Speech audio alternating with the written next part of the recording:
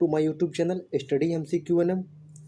चलिए आज जो हम देखने वाले हैं BSSC की जो आज सेट हुई थी सुबह 7 बजे, उसका हम व्याख्या देखने वाले हैं। इसमें हम सिर्फ जो है सामान्य विज्ञान का प्रश्न इंक्लूड किए हैं। इसके बाद जो है हम मैथ का क्लास देखेंगे, फिर रीजनिंग का क्लास देखेंगे और फिर जीके का जो छोटा छोटा क्लास आपको डिवाइड करके 4 क्लास में दिया जाएगा ताकि आपको बेहतर से बेहतर समझ में आ जाए। चलिए तो शुरू करते हैं बिना देरी किए हुए। अगर आप चैनल पे अभी तक भी नए हैं तो सब्सक्राइब ज़रूर कर लीजिएगा, शेयर किया कीजिएगा। और हाँ, टेलीग्राम पर जो आप BSSC ग्रुप में जुड़े हुए हैं उसमें अधिक से अधिक मेंबर को जोड़ने की प्रयास कीजिएगा ताकि अधिक मेंबर होने से आप लोग का टेस्ट में और भी बेहतर मज़ा आवे और अच्छे से अच्छे आप लोग का तैयारी हो सके। शुरू करते हैं। क्वेश्चन है सामान्य विज्ञान और गणित में, तो गणित का नहीं देखेंगे, सिर्फ विज्ञान का। इसमें लाइपेज द्वारा वसा के जलीय अपघटन पर क्या मिलता है? तो ये क्या मिलता है? तो जैसा कि आपको पता है वसीय अम्ल और गिल्सरॉल मिलता है। वसीय अम्ल और गिल्सरॉल आपको पता होना चाहिए कि शरीर में जो वसा का जो पाचन होता है वो पाइसीकरण द्वारा होता है। किसके द्वारा होता है? पाइसीकरण द्वारा होता है, याद रखिएगा, पाइसीकरण द्वारा। अगला क्वेश्चन अगर हम बात करें, दूसरा क्वेश्चन, भारतीय मानक समय ग्रीनविच मध्य समय से कितना आगे हैं? तो ये ग्रीनविच मध्य समय से 5.5 घंटा आगे हैं, 5.5 घंटा आगे हैं। अगर हम ये बात कर ले कि भारतीय मानक समय कहाँ से गुजरती है, तो इलाहाबाद, यानी इलाहाबाद का नाम है प्रयागराज, उसके नैनी से गुजरती है और ये 5 राज्य से गुजरती है, 5 राज्य से गुजरती है। कौन कौन राज्य से? तो यूपी यानी उत्तर प्रदेश, मध्य प्रदेश MP, आंध्र प्रदेश AP और छत्तीसगढ़ और उड़ीसा से गुजरती है, उड़ीसा से गुजरती है। ये आपको बहुत इम्पोर्टेंट है, याद रखिएगा। अगला क्वेश्चन है दुनिया का सबसे आर्द्र स्थान है यहाँ पर है, तो दुनिया का सबसे आर्द्र स्थान एशिया में ही है। कौन सा है? मासिन राम जो है मेघालय में, मासिन राम जहाँ पे सबसे अधिक वर्षा होती है, मासिन राम। और दूसरा भी है मेघालय में ही चेरापूंजी जहाँ भी अधिक बारिश होती है, तो मासिन राम और चेरापूंजी ये दुनिया का सबसे आर्द्र स्थान है। अगला क्वेश्चन है मानचित्र में समुद्र के समान गहराइयों को जोड़ने वाली रेखा क्या कहलाता है? तो ये कहलाता है आइसोबाथ कहलाता है। अगला क्वेश्चन हम देखेंगे, समुद्र के वजह से समान ऊंचाई वाले बिंदु को कंटूर्स कहते हैं। यह एक ठंडी और शुष्क वायु है। ठंडी और शुष्क वायु कौन है? तो बोरा जो है ठंडी और शुष्क वायु है। हरिकेन जो है ये सागर में चलने वाली तूफान है। उसी प्रकार सभी एक तरह से कोई ना कोई तूफान है। क्वेश्चन नंबर 56 में है, यह नदी दिल्ली में स्थित है, यानी दिल्ली में कौन सी नदी है? तो दिल्ली में यमुना नदी स्थित है। सतलज जो है, सतलज पे भाखड़ा नंगल बांध है। गंगा जो है भारत की सबसे लंबी नदी है। गंगा पे बहुत ज़्यादा शहर है, हरिद्वार, कानपुर, गंगा, पटना, सब गंगा पे हैं।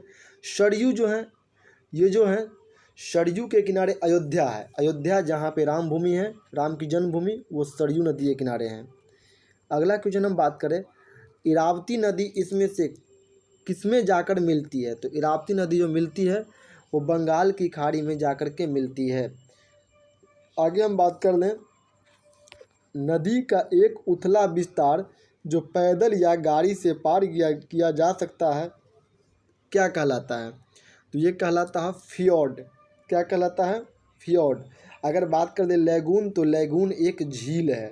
लैगून क्या है? एक झील है। काफ़ी इंपॉर्टेंट क्वेश्चन, लैगून एक झील है। दुनिया का सबसे बड़ा द्वीप कौन है? तो दुनिया का सबसे बड़ा द्वीप जो है वो ग्रीनलैंड है।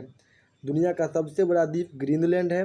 अगर इसी में अगर महाद्वीप पूछे, महाद्वीप अगर पूछ ले, तो महाद्वीप में आपको एशिया बताना है, महाद्वीप में एशिया बताना है।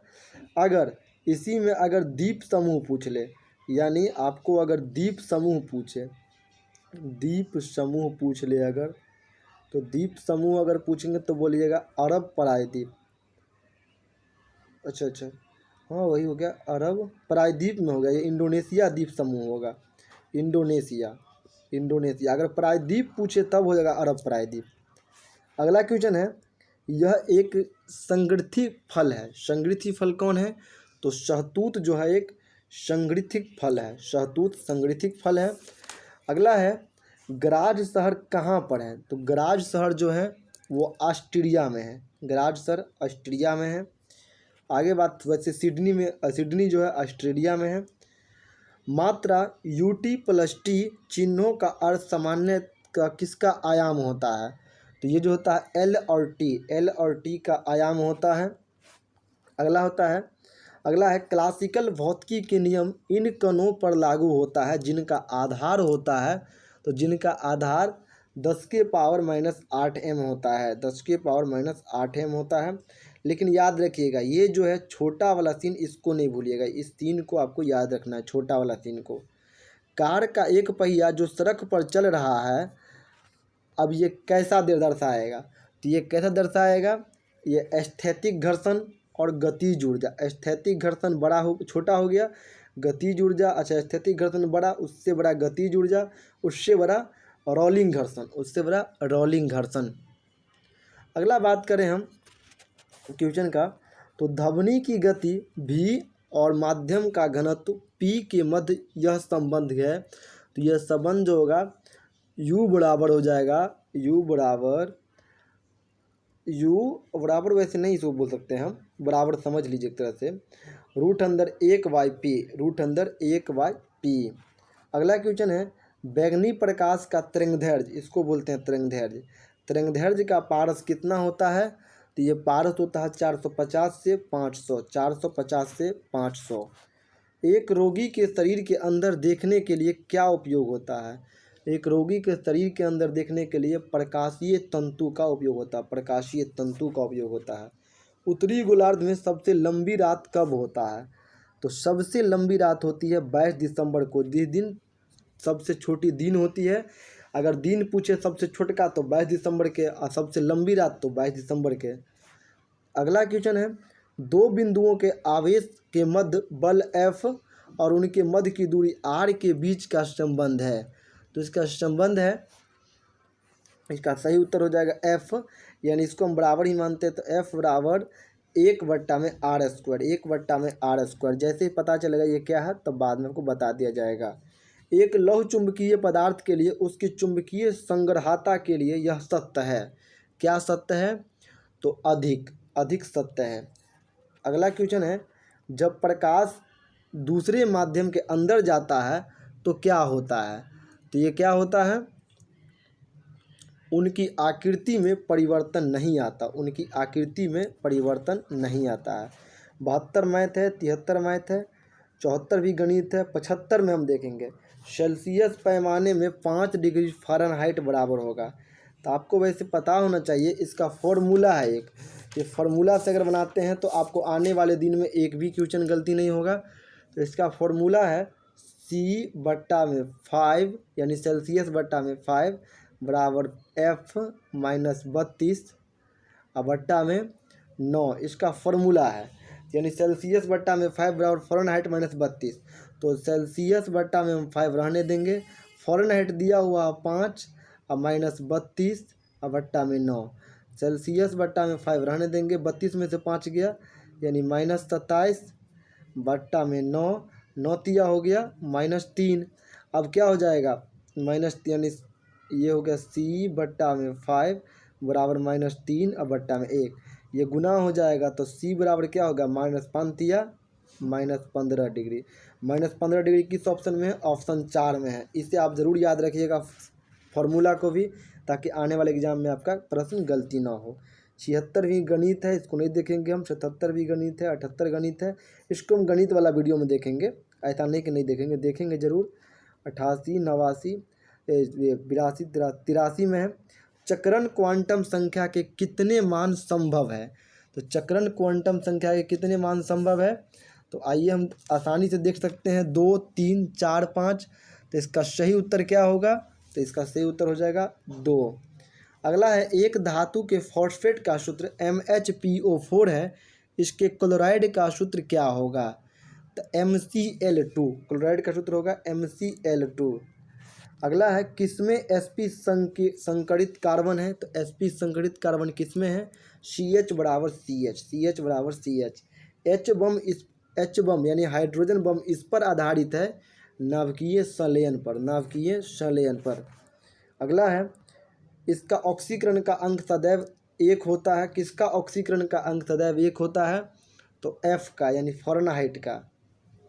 जो फ़ारेनहाइट नहीं है इसमें, ये फ्लोरीन है, फ्लोरीन, F से फ्लोरीन। अगला है, CO2 के 1 मोल में होता है, CO2 के 1 मोल में क्या होता है? तो 6 गुने 10 के पावर 23 C परमाणु, 6 गुने 10 के पावर 23 C परमाणु। अगला है, N2 + O2 समानुपात 2NO के लिए क्या सही है? तो इसके लिए हो जाएगा KE बराबर KP, KC बराबर KP, KC बराबर KP। देखिए साइंस में कितना टफ क्वेश्चन पूछा था। साइंस में धीरे धीरे आपको टफ भी पढ़ाया जाएगा, टेंशन नहीं लीजिए। अभी हम लॉजिकल पढ़ा रहे हैं, धीरे धीरे टफ की ओर भी चलेंगे। सिद्धांत H/4 पाई के लिए क्या सही है? तो इसके लिए क्या सही है? हाइजेनबर्ग अनिश्चितता सिद्धांत, हाइजेनबर्ग अनिश्चितता सिद्धांत। अगला है, C6H14 के कितने अचक्रीय श्रृंखला समयावधि संभव है? तो इसका कितने संभव है? तो 5 संभव है। यानी फिजिक्स और केमिस्ट्री आपको ज़्यादा ही हार्ड पूछता है, बल्कि बायोलॉजी आपको ठीक ठाक पूछा जाएगा। इसलिए अभी हम बायोलॉजी चला रहे हैं यूट्यूब चैनल पे। आने वाले दिन में फिजिक्स केमिस्ट्री भी कठिन से कठिन और जटिल से जटिल प्रश्न को देखा जाएगा। यदि दोनों जनों को रुधिर वर्ग AB हो तो उनके बच्चों को संभावित रुधिर क्या हो जाएगा? तो A या B या और AB हो सकता है, यानी A भी हो सकता है, B भी हो सकता है, AB भी हो सकता है।